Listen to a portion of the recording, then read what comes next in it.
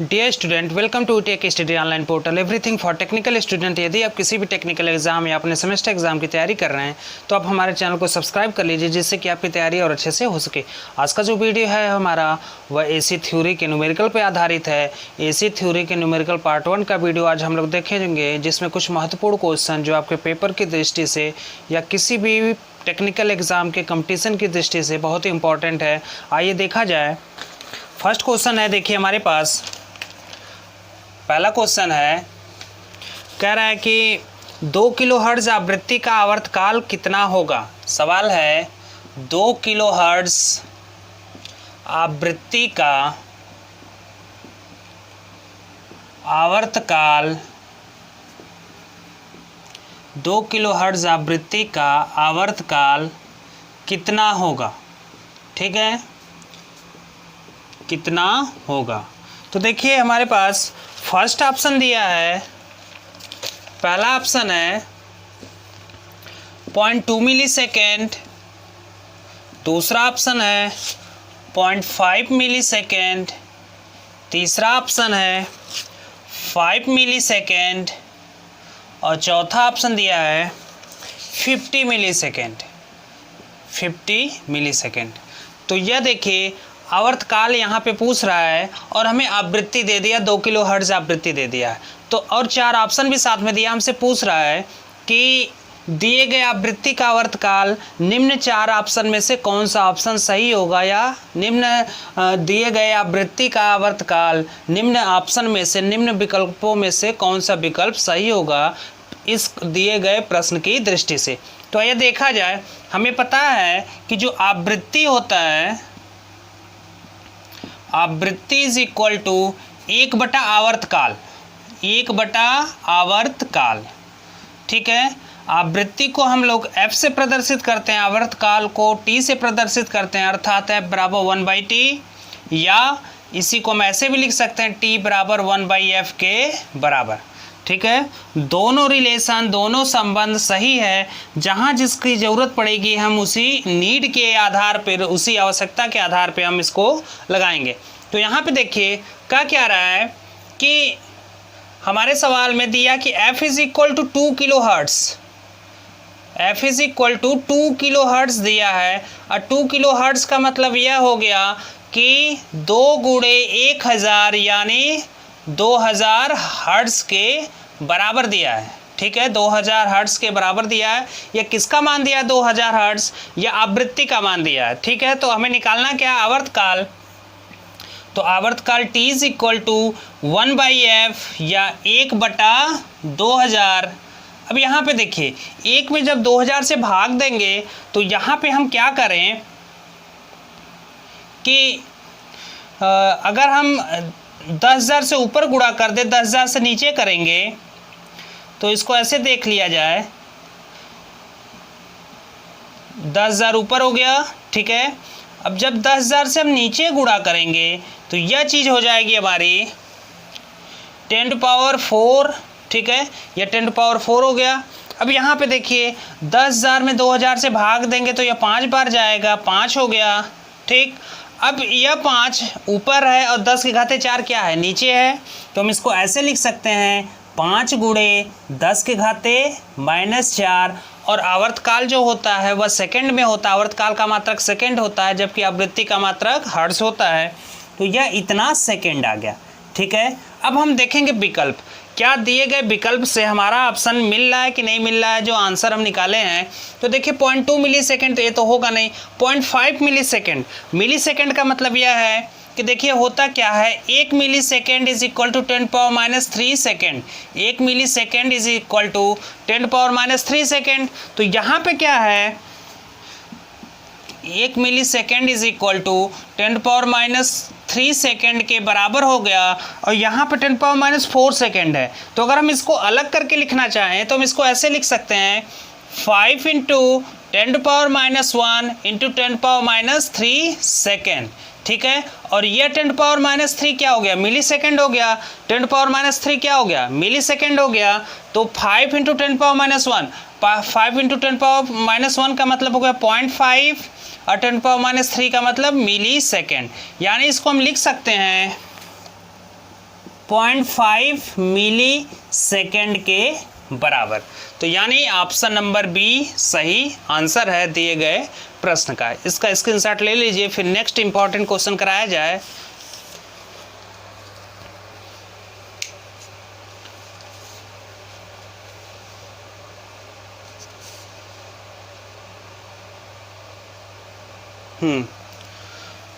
तो यह देखिए इंपॉर्टेंट क्वेश्चन था आपका आवृत्ति और आवर्तकाल पे आधारित यूपीपीसीएल, यूपीआरबीएनएल या सेमेस्टर एग्जाम या किसी भी टेक्निकल एग्जाम के, किसी भी स्टेट के टेक्निकल एग्जाम की तैयारी कर रहे हैं उसकी दृष्टि से एसी जो चैप्टर है जिसे अल्टरनेटिंग करंट कहेंगे, एसी थ्योरी कहेंगे, यह बहुत ही इंपॉर्टेंट चैप्टर है। यह बहुत वेटेज रखता है आपके पेपर में।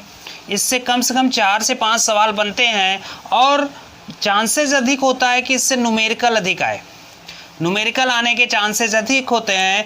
इसी के पैरेलल आपका एसी थ्योरी चल रहा है जिसमें थ्योरी को बताया जा रहा है प्लस उसी के साथ साथ आपके न्यूमेरिकल को कराया जा रहा है। तो सेकंड क्वेश्चन देखिए, सेकंड क्वेश्चन क्या कह रहा है कि दर्शाई गई तरंग की आवृत्ति क्या है। एक तरंग को दर्शाया है, कुछ इस प्रकार से तरंग चल रही है, ठीक है, साइनसोइडल या ज्या तरंग है, यह ज्या तरंग हो गया। और हमसे पूछ क्या रहा है और कुछ डिटेल और दिया है कि यहाँ से यहाँ तक का जो समय दिया है वह 0.1 सेकेंड है, ठीक है, वह 0.1 सेकेंड है। अब हमसे पूछ क्या रहा है, पूछ रहा है कि दर्शाई गई तरंग की आवृत्ति बताइए, यानी आवृत्ति f बराबर क्या होगा, ठीक है, f बराबर क्या होगा हमसे यह पूछ रहा है। तो अभी आपको पीछे बताया गया है कि जो आवृत्ति क्या होता है, 1 सेकंड में चक्रों की संख्या। किसी भी तरंग के या किसी भी वेव का 1 सेकंड में वह कितने साइकिल कंप्लीट कर रही वह उसका आवृत्ति हो गया। और जो आवर्तकाल होता है जिसे टाइम पीरियड कहते हैं, टाइम पीरियड क्या होता है, किसी भी वेव के को एक साइकिल कंप्लीट करने में लिया गया समय जो होता है, टाइम होता है, वह हमारा क्या होता है, टाइम पीरियड। तो यहाँ पे देखिए एक साइकिल कहने का मतलब ये है कि जहाँ से जिस डायरेक्शन में स्टार्ट हो रहा है उसी डायरेक्शन में वहीं से दोबारा स्टार्ट हो जिस बिंदु पर, तो यहाँ से यहाँ तक का जो एक साइकिल होता है यह एक साइकिल होता है। और यहाँ से चल के यहाँ आया, यह हाफ साइकिल हो गया, फिर यहाँ से चल के यहाँ पहुँचा तो यह भी हाफ साइकिल हो गया। दोनों को एक साथ हम जब देखेंगे तो यह एक कंप्लीट फुल साइकिल हो जाएगी। तो यह देखिए यह यहाँ से शुरू हो रहा है, 0 से शुरू हो रहा है, डायरेक्शन क्या ऊपर की तरफ, यहाँ भी 0 हो गया लेकिन डायरेक्शन नीचे की तरफ है, तो इसको एक कंप्लीट साइकिल हम नहीं कहेंगे। यहाँ पे देखिए यह 0 हो गया, ठीक है, और यहाँ से जैसे ही आगे बढ़ेगा डायरेक्शन ऊपर की तरफ, तो यहाँ भी डायरेक्शन ऊपर की तरफ, यहाँ भी डायरेक्शन ऊपर की तरफ। तो यानी इस बिंदु से पॉइंट ए से लेके पॉइंट बी तक कहेंगे कि ये कंप्लीट चक्र है, कंप्लीट साइकिल है। और कंप्लीट साइकिल को, एक कंप्लीट साइकिल को पूरा करने में जो लिया गया समय होता है वो क्या होता है, हमारा टाइम पीरियड होता है। तो यानी हमारे सवाल में जो दिया है आवर्तकाल दिया है हमारा, वो जो टाइम पीरियड है 0.1 सेकेंड के बराबर, ठीक है। तो इसका ऑप्शन देखिए क्या क्या दिया है। पहला दिया 2 हर्ट्ज, दूसरा दिया 5 हर्ट्ज, तीसरा दिया 10 हर्ट्ज और जो चौथा दिया है वह है हमारा 20 हर्ट्ज के बराबर, ठीक है। तो देखिए हमें टाइम पीरियड पता है, फ्रीक्वेंसी पूछ रहा, तो फ्रीक्वेंसी और जो टाइम पीरियड में संबंध होता है अभी बताया गया था कि f is equal to 1/t के बराबर। और t क्या है, टाइम पीरियड, टाइम पीरियड कितना है 0.1, तो 1/0.1 इज इक्वल टू कितना हो जाएगा 10 हर्ट्ज के बराबर, ठीक है। एक में जब 0.1 से भाग देंगे तो वह 10 के बराबर आएगा। तो अर्थात दिए गए सवाल का जो सही आंसर है वह ऑप्शन सी है। स्क्रीनशॉट ले लीजिए।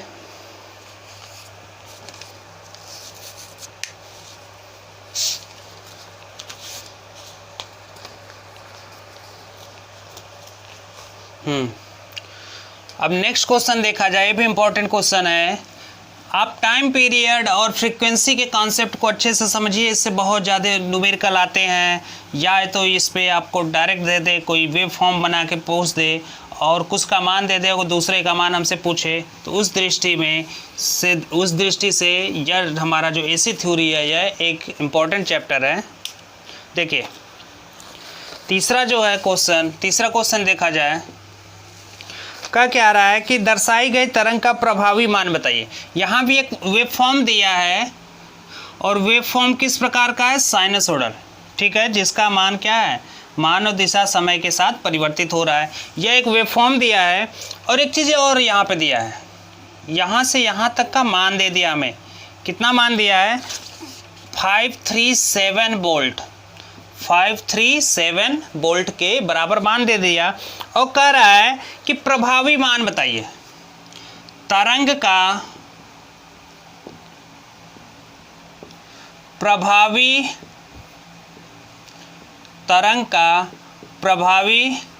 मान बताओ, तरंग का प्रभावी मान बताओ, ठीक है। प्रभावी मान को ही हम लोग क्या कहते हैं, आरएमएस मान भी कहते हैं। देखिए प्रभावी मान के कितने नाम है उसको देख लिया जाए। प्रभावी मान या आरएमएस मान, ठीक है, या वर्ग माध्य मूल मान,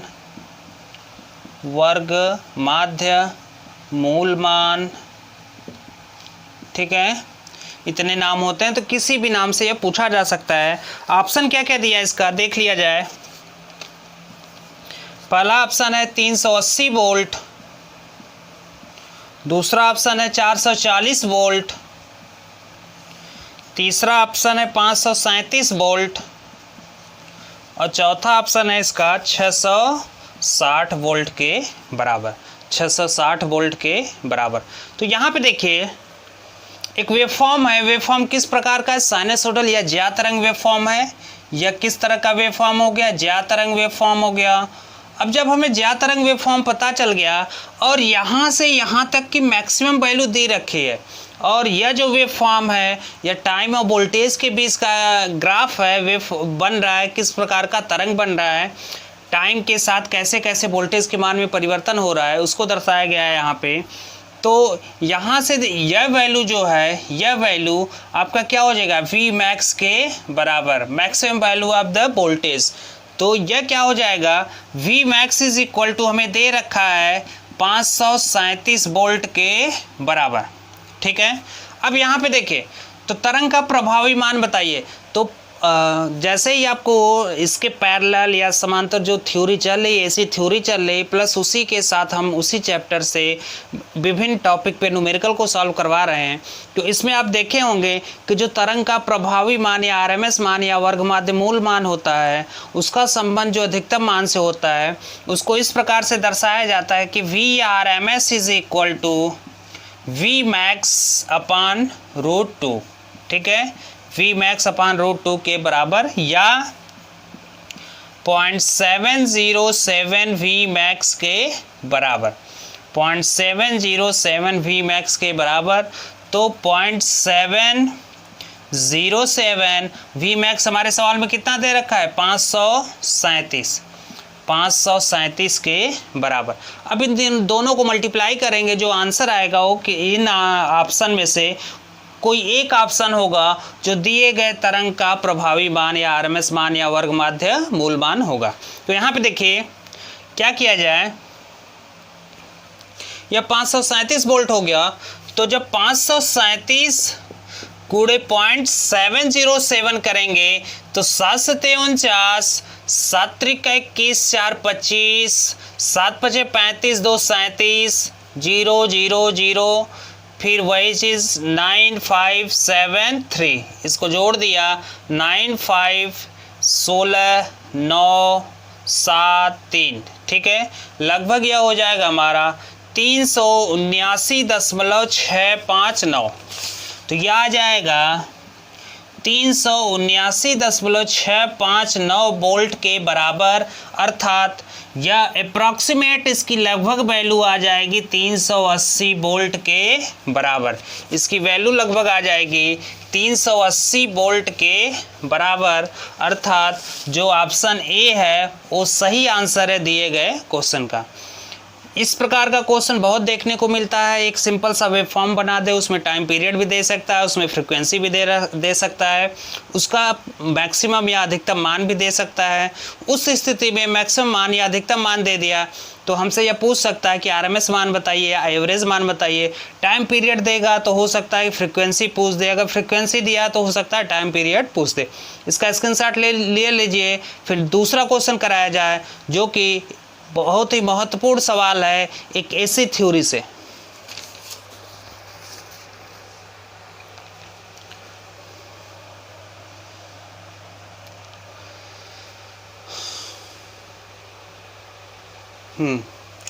नेक्स्ट क्वेश्चन देखिए, चौथा question from the chapter of AC theory, important numerical from the AC theory alternating current, जो कि एक महत्वपूर्ण भूमिका निभाता है और पेपर की दृष्टि से बहुत ही इम्पॉर्टेंट है। एसी थ्योरी का चाहे न्यूमेरिकल हो जाए चाहे थ्योरी हो जाए, हर बार आपके पेपर में अच्छे अच्छे न्यूमेरिकल और उससे संबंधित थ्योरी या एक्सप्लेनेशन पूछता रहता है। नेक्स्ट क्वेश्चन देखिए, फोर्थ क्वेश्चन का क्या कह रहा है कि एसी परिपथ का फॉर्म फैक्टर कितना होता है। एसी परिपथ का फॉर्म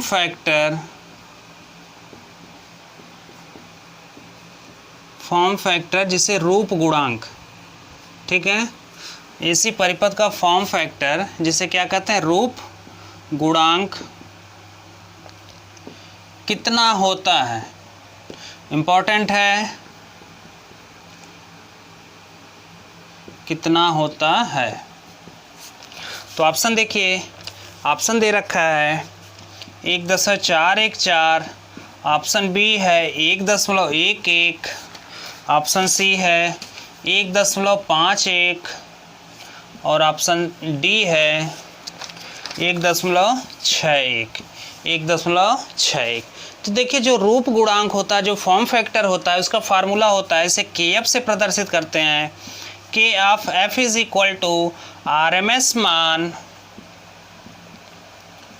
बटे औसत मान, RMS मान बटे औसत मान के बराबर होता है।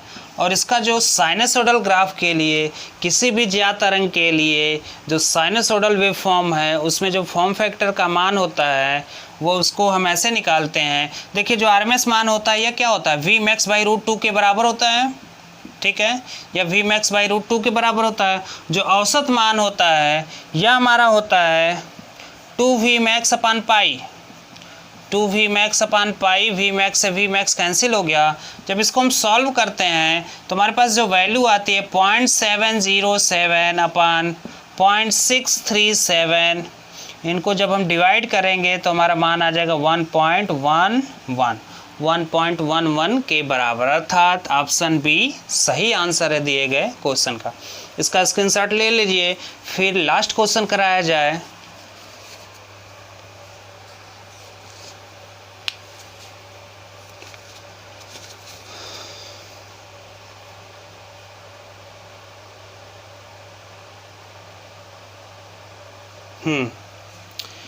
यह बहुत ही महत्वपूर्ण सवाल था। यह डायरेक्ट आपको याद रखना होगा कि किसी भी ज्ञात तरंग के लिए जो फॉर्म फैक्टर का मान होता है वह 1.11 होता है, जबकि किसी भी ज्ञात तरंग के लिए जो क्रेस्ट फैक्टर या पीक फैक्टर का जो मान होता है वह करड़ी में 2 या 1.414 के बराबर होता है। लास्ट क्वेश्चन देखिए, यह भी इम्पोर्टेंट क्वेश्चन है। क्वेश्चन नंबर 5 क्या कह रहा है, कह रहा है कि what is the value of CT, यानी टोटल कैपेसिटेंस हमें CT बताना है। अब यहाँ पे एक नेटवर्क दिया है, कनेक्शन दिया है यहाँ पे, और कई सारे कैपेसिटर को इस प्रकार से जोड़ा है 2, 3, 4, 5, ठीक है। ऐसे ही 1, 2, 3, 4, 5, ठीक है। ऐसे कुछ कैपेसिटर लगे हैं और एक टर्मिनल यहाँ निकला है दूसरा टर्मिनल यहाँ निकला है और CT का मान पूछ रहा है कि what is the value of the CT of given network. Total capacitance का मान क्या होगा, यह देखिए, यह 300 माइक्रोफैरड, यह भी 300 माइक्रोफैरड, यह भी 300 माइक्रोफैरड, यह भी 300 माइक्रोफैरड और यह भी आपका 300 माइक्रोफैरड। ऊपर समान मान के 5 कैपेसिटर जिनकी धारिता कितनी है, 300 माइक्रोफैरड, 300 माइक्रोफैरड, 300 माइक्रोफैरड, 300 माइक्रोफैरड और 300 माइक्रोफैरड। और नीचे जो 5 कैपेसिटर लगे हैं इनकी जो धारिता है 100 माइक्रोफैरड, 100 माइक्रोफैरड, 100 माइक्रोफैरड, 100 माइक्रोफैरड और 100 माइक्रोफैरड, कुछ ऐसे हैं। अब हमसे टोटल कैपेसिटर, टोटल धारिता या total capacitance of the given network which is connected by the capacitor, यहाँ CT का मान पूछ रहा है। और ऑप्शन देखिए क्या क्या दे रखा है। ऑप्शन दिया है 20 माइक्रोफैरड, 30 माइक्रोफैरड, 100 माइक्रोफैरड और चौथा दिया इनमें से कोई नहीं, नन ऑफ दिस, इनमें से कोई नहीं। तो धारिता के केस में जब कैपेसिटर का कनेक्शन आपको बताया गया था कि जब कई सारे कैपेसिटर को हम सीरीज़ में लगाते हैं तो वहाँ जो टोटल कैपेसिटेंस का जो फार्मूला होता है वह रेजिस्टेंस के पैरेलल का फार्मूला होता है। और कई सारे जब कैपेसिटर पैरेलल में जुड़े होते हैं तो वहाँ जो टोटल कैपेसिटेंस का फार्मूला होता है वह रेजिस्टेंस के सीरीज़ के फार्मूले के सेम होता है। वहाँ रेजिस्टेंस निकालते हैं, यहाँ पे capacitance of the whole network निकालेंगे। तो यहाँ पे देखिए, पहले कैपेसिटर का दूसरा टर्मिनल दूसरे कैपेसिटर के पहले टर्मिनल से, दूसरे कैपेसिटर का दूसरा टर्मिनल तीसरे कैपेसिटर के पहले टर्मिनल से, इस प्रकार से जोड़ा गया है। तो यहाँ पे देखिए ये 300 माइक्रोफैरड 300 माइक्रोफैरड यह सीरीज़ में है। जब सीरीज़ में हो गया तो जो उनकी टोटल धारिता C1 होगी वह एक कैपेसिटर का मान, जैसे वहाँ पे क्या होता था जब कई सारे रेजिस्टेंस समान मान के पैरेलल में जुड़े होते थे तो RT = R/N के बराबर होता था। यहाँ भी यह क्या है, सीरीज में जुड़े हैं लेकिन फार्मूला कौन सा लगेगा, पैरेलल वाला फार्मूला लगेगा। तो यहाँ पे देखिए दो केस बनेगा। पहला ये कि डायरेक्ट C1 का मान हम C/N के बराबर निकाल लें तो C का मान क्या आ जाएगा, 300 माइक्रोफैरड बटे कितने कैपेसिटर हैं, 5, तो क्या आ जाएगा 60 माइक्रोफैरड के बराबर हो जाएगा। ठीक है, 60 माइक्रोफैरड के बराबर हो जाएगा। ऐसे जब C2 हम निकालेंगे तो यह भी क्या होगा, समान मान के यह कैपेसिटर सीरीज में जुड़े हैं लेकिन फार्मूला कौन सा लगेगा, पैरेलल का फार्मूला लगेगा। तो C/N के बराबर करेंगे तो यहाँ भी 100/5 क्या हो जाएगा, 20 माइक्रोफैरड के बराबर, 20 माइक्रोफैरड के बराबर। अब देखिए जो होल नेटवर्क है, ऊपर वाला नेटवर्क, इसको हम हटा दें, जो नेटवर्क हो गया हमारा वो आसान नेटवर्क बन गया।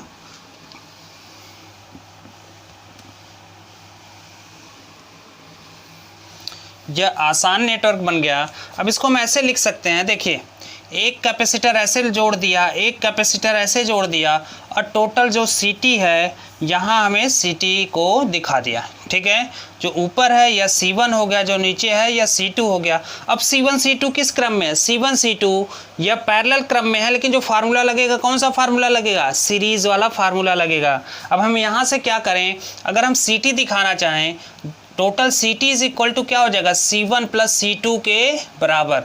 C1 का मान कितना है 60 और C2 का मान कितना है 20, 60 + 20 करेंगे तो 80 माइक्रोफैरड के बराबर। या total capacitance of the whole network हमें पता चल गया। तो देखिए यहाँ पे 80, हमारा आंसर कितना आ रहा है 80 माइक्रोफैरड। तो 20, 30, 100 D, नन ऑफ दिस। और नन ऑफ दिस की जगह अगर ऑप्शन 80 माइक्रोफैरड होता तो वही सही आंसर होता। इसका स्क्रीनशॉट ले लीजिए, इंपॉर्टेंट क्वेश्चन था पेपर की दृष्टि से भी, चाहे कंपटीशन का पेपर देने जाएं चाहे आप सेमेस्टर का पेपर देने जाएं।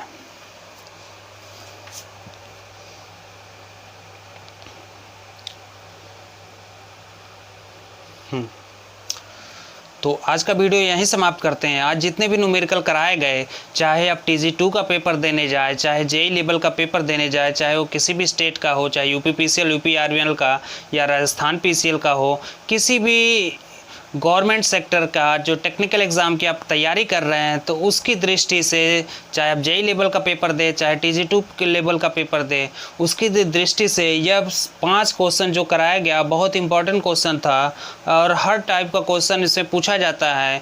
तो आज का वीडियो यहीं समाप्त करते हैं। उम्मीद है कि आपको वीडियो पसंद आई होगी।